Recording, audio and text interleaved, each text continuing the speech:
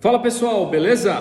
Passando aqui para trazer mais uma vez para vocês os assuntos tributários da semana, os assuntos que de alguma forma vão impactar vocês ou que já impactou, né? Numa linguagem simples, uma linguagem despojada, uma linguagem que não traz aí para vocês o juridiquês, uma linguagem técnica, mas um assunto direto ao ponto, aquilo que você realmente precisa entender sobre a norma que alterou, sobre o que vai impactar o seu negócio, sendo do simples nacional, do lucro presumido, do lucro real, né?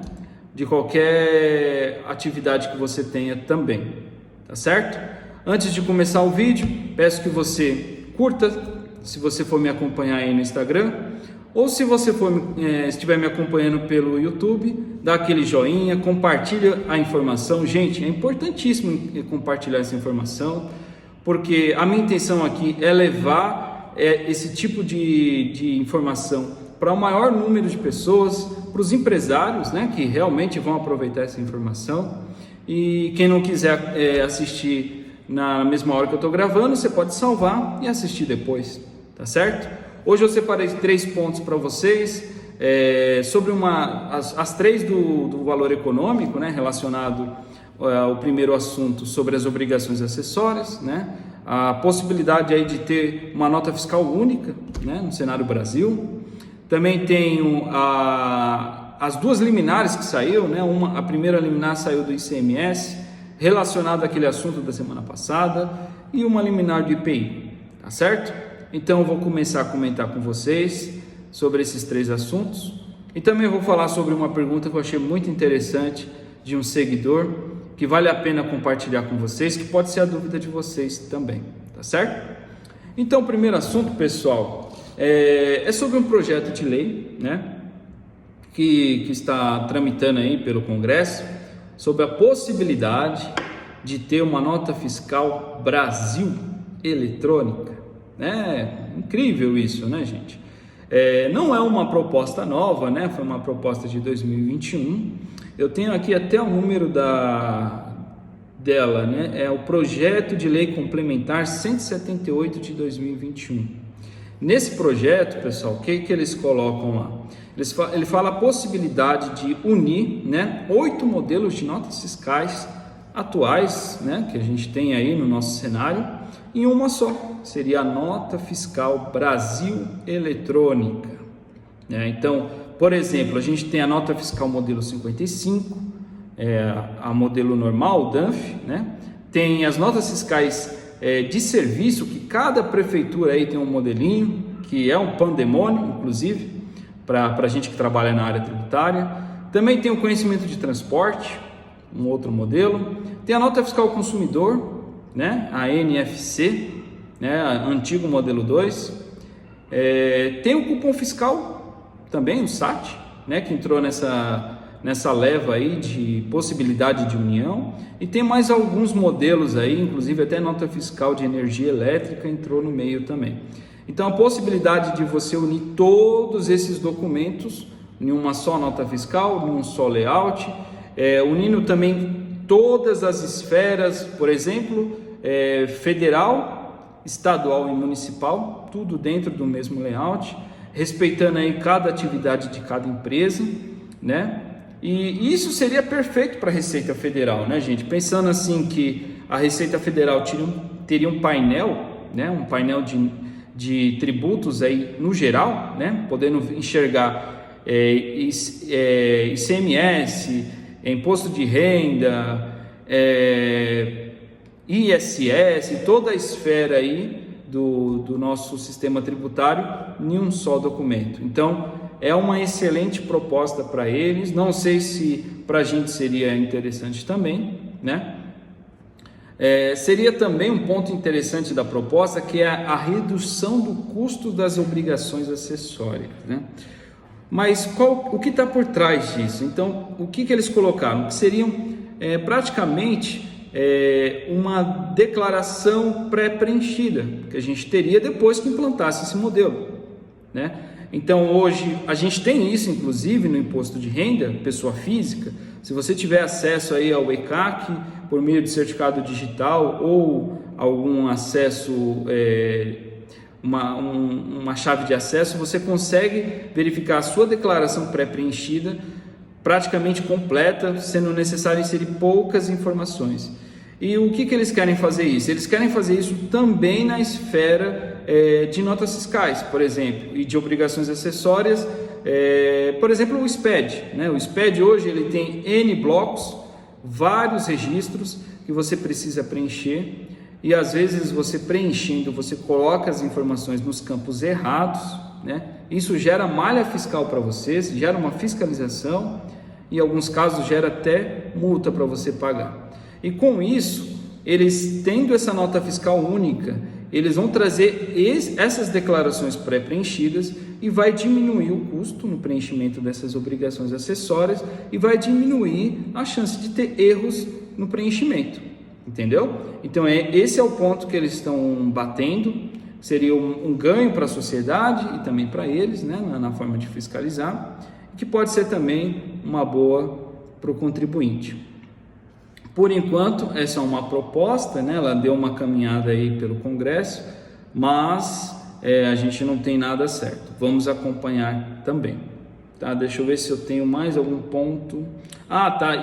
E essa nota fiscal ela está alinhada à proposta da reforma tributária, né? A questão do IVA, que une todos os impostos aí, ou alguns deles, né? Dentro de um só imposto, né? Ele estaria aí seria parte dessa reforma tributária que está sendo discutida também.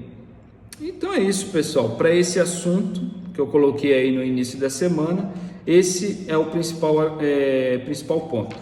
Agora vamos para as liminares. A primeira liminar que saiu foi a do ICMS, né? Um contribuinte entrou essa semana, um pouco antes, saiu a decisão essa semana, autorizando essa empresa a manter o ICMS na base de cálculo do PIS e da COFINS para fins de crédito na entrada.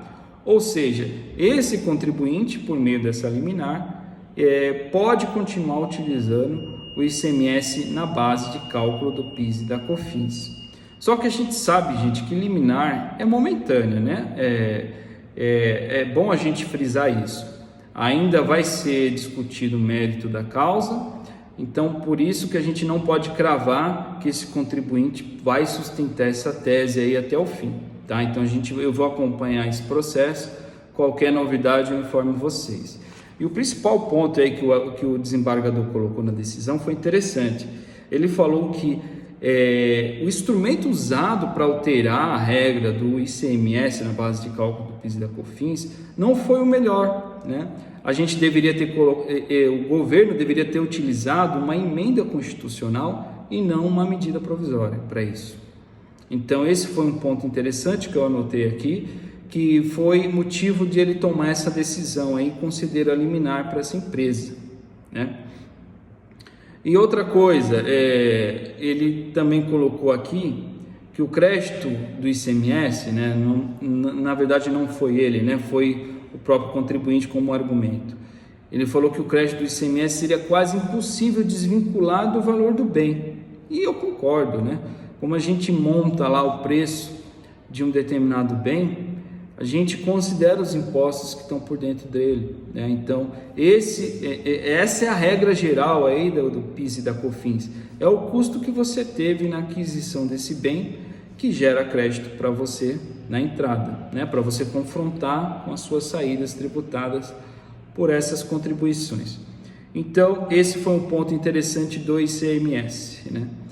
Uma empresa já teve uma liminar favorável, vamos acompanhar para ver se essa decisão fica sustentada até o final do processo e vamos ver também se vai ter notícias de outras empresas nesse sentido, tá bom?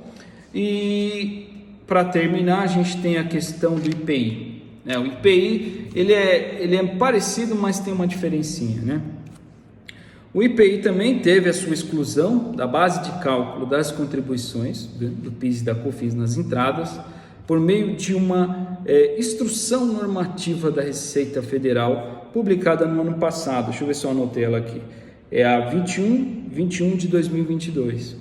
Essa instrução normativa, ela fala o quê? ela fala que o IPI, que antes era considerado para efeito da base de cálculo do PIS e da COFINS para fins de créditos na entrada, no caso de lucro real e no caso que seja revendedor, poderia ser colocado esse imposto para efeito do crédito. E até o ano passado, essa regra valia 100%, não teve alteração na legislação, continuou do mesmo jeito. Só que aí o fisco, vendo que precisava arrecadar, né, precisava compor aí a base para distribuir esses benefícios à classe mais pobre, ele alterou essa regra, mas utilizou um instrumento muito fraco para isso, que é a instrução normativa, né, que na verdade é mais para interpretar uma legislação, não é uma lei e não tem força de lei para isso. Então ele utilizou esse tipo de instrução e uma empresa conseguiu derrubar, né, ou melhor, conseguiu uma liminar para manter o IPI também na base de cálculo dessas contribuições. Ou seja, o que foi alegado é que instrução normativa não teria motivo para alterar uma regra já existente. Inclusive a Receita Federal colocou essas informações, inclusive numa instrução normativa no passado, falando que podia colocar. E um dos principais argumentos do contribuinte que eu achei interessante, gente, ele falou assim: se eu compro uma mercadoria de um industrial, de uma fábrica, ela vem a tributação do IPI, né, nessa nota fiscal. Eu sou um revendedor, eu não fabrico nada, eu não modifico nada nesse produto. Em regra, esse IPI para mim é um custo, né? Eu não acredito dele de maneira nenhuma. Também não posso, né? Não tá na norma essa possibilidade. E aí o que ele fez? Bom, se eu não tenho possibilidade de crédito, ele virou um custo. E custo é base de cálculo para essas contribuições. Enfim, conseguiu uma liminar, essa empresa também. A partir de agora, ela mantém aí a inclusão do IPI nessa base de cálculo, né, das contribuições. E por enquanto também não é uma decisão de fato, né, foi só uma antecipação, mas a gente precisa acompanhar também esse processo. Um ponto interessante, gente, é que mesmo sendo uma instrução normativa, o fisco utiliza esse tipo de norma, né? esse tipo de argumento para fins de fiscalização. Então ele pode ir até a sua empresa, pode falar que houve a publicação de uma instrução normativa no ano passado e esse ano inteiro que você está usando o IPI na base de cálculo do PIS e COFINS, você está usando de maneira errada. Então você está usando o crédito ou o dinheiro do fisco de maneira errada para compor a sua base de cálculo. E também você acaba pagando menos imposto, né? Menos PIS e COFINS. Então, isso pode gerar uma fiscalização para você. E como regra, como eu sou um profissional prudente, eu sempre aconselho as pessoas, as empresas, a utilizarem, mesmo não sendo o melhor método, né? A gente pode discutir isso numa esfera judicial, mas já que existe essa instrução normativa, mantenha aí a exclusão do IPI na base de cálculo dessas contribuições para que você não sofra nenhuma penalidade administrativa. Mas há empresas também que são um pouquinho mais arrojadas, que utilizam esse imposto mesmo com essa instrução normativa em vigor e caso tenha alguma discussão, ela alega que a instrução normativa não tem força de lei e se subir a discussão para uma esfera mais robusta, né, a judicial, ela teria muitos argumentos aí para derrubar essa tese do fisco, tá certo? Então, nesse ponto aí do IPI, eu acho ele um pouquinho mais fraco, né? O argumento do fisco é mais fraco, utilizou uma instrução normativa. No caso do ICMS, utilizou uma medida provisória, que essa tem força de lei, né? Mas não seria o melhor instrumento. Então, no geral, gente, muito cuidado aí para você que é do lucro real, né? Mantenha aí as antenas ligadas. Eu sempre vou colocando para vocês novidades aí, ou por meio do post no Instagram, ou fazendo algum stories. Acompanhe, compartilhe com o seu profissional de contabilidade, para que ele também tenha essa informação, para que ele também fique atualizado com essas novas normas, né, que a gente tem aí a cada dia. E como tributário é sempre uma emoção, a cada dia pode mudar, tá, gente? Então eu vou colocando para vocês aqui, vou fazendo um resuminho no sábado, e quem puder compartilhar a informação, compartilhe aí com seu amigo, com seu companheiro aí de empresa, para que ele possa também se atualizar, tá certo? Então é isso, um bom final de semana para vocês, e qualquer novidade a gente se vê aí pelas redes sociais. Um abraço!